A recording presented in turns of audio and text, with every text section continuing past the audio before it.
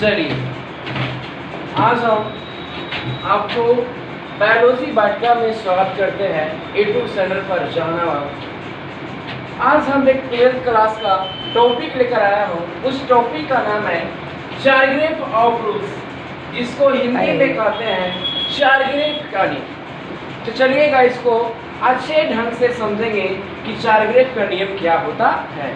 चारग्रेफ एक व्यक्ति थे और चारग्रेफ साहब ने अपने नियम को 1950 ईस्वी में दिया।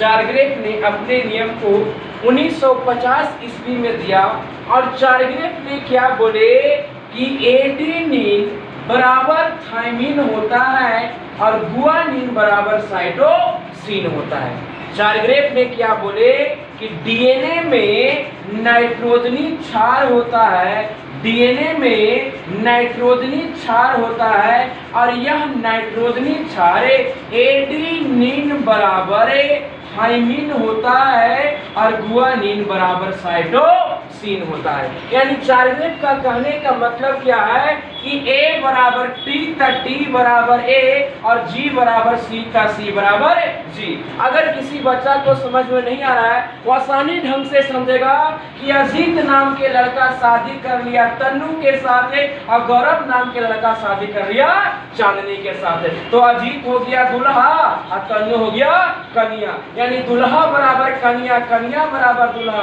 कन्या बराबर दुल्हा, दुल्हा बराबर कन्या। यानी अजीत बराबर तन्नू, गौरव बराबर चांदनी। इसी को कहा जाता है चारग्रेफ का नियम। और चारग्रेफ ने अपने नियम में क्या बताया कि डीएनए में उपस्थित नाइट्रोजनी क्षार का प्रतिशत मात्रा ज्ञात करना ही, प्रतिशत मात्रा ज्ञात करना ही चारग्रेफ का नियम कहलाता है। अगर तुमसे कोई पूछेगा छोटू कि चारग्रेफ का नियम क्या है, तो डीएनए में उपस्थित नाइट्रोजनी क्षार का प्रतिशत मात्रा ज्ञात करना ही चारग्रेफ का नियम कहलाता है। और चारग्रेफ ने अपना नियम को 1950 ईस्वी में दिया और इन्होंने क्या बताया कि एडेनिन बराबर थायमिन होता है और गुआनिन बराबर साइटोसिन होता है। इसका मतलब A बराबर T होता है और G बराबर C होता है।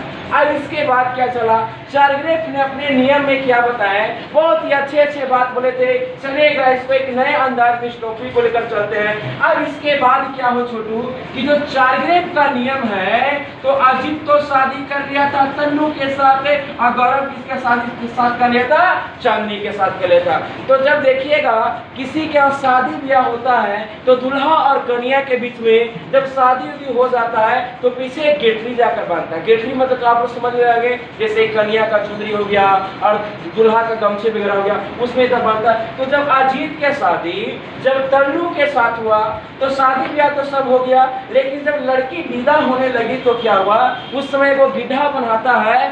तो जो तन्नू नाम की लड़की थी ये मतलब पतली थी, ज्यादा मोटी नहीं थी, इसलिए जब अजीत और तन्नू के बीच के जब शादी हुआ था तो इस दोनों के बीच में जो चुंदरी में जो गिड्ढा बनाया था वह 2 गिड्ढा बांधा गया था। अजीत और तन्नू के बीच में चुंदरी में 2 गिड्ढा बनाया गया था। अब बारी आता है गौरव का ब्याह चांदनी के साथ। जब गौरव के ब्याह चांदनी के साथ हुआ तो चांदनी नाम के जो लड़की थी ये हल्की मोटी ताजी थी लड़की, और इस लड़की में 2 गेठरी से काम नहीं चलता। इस लड़की में क्यों गेठरी बांधने पड़ता, 3 बांधने पड़ता। इसलिए जब गौरव के शादी चांदनी के साथ हुआ तो इसके साथ 3 गेठरी बांधे गया। इसको कहने का मतलब क्या हुआ मेरे भाई कि एडेनिन थायमिन के साथ डबल बॉन्ड के साथ जुड़ता है और गुआनिन साइटोसिन के साथ ट्रिपल बॉन्ड के साथ जुड़ता है। इसी को कहा जाता है चारग्रेफ का नियम कहा जाता है। चलिए आज की क्लास में इतना ही स्वागत करते हैं। अब इसको नेक्स्ट वीडियो बनाकर डालेंगे कि किस तरह से इसका प्रतिशत मात्रा ज्ञात किया जाता है। स्टॉप।